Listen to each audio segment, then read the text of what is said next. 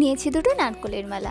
না না, জুয়েলারি বানাবো না, বানাবো একটা গাছ লাগানোর টব। প্রথমেই দেখো মল্লিট ক্লের সাহায্যে হোলটাকে বুঝিয়ে নিয়ে তারপর ওটা দিয়েই দুটো মালাকে কিভাবে অ্যাটাচ করে নিয়েছি।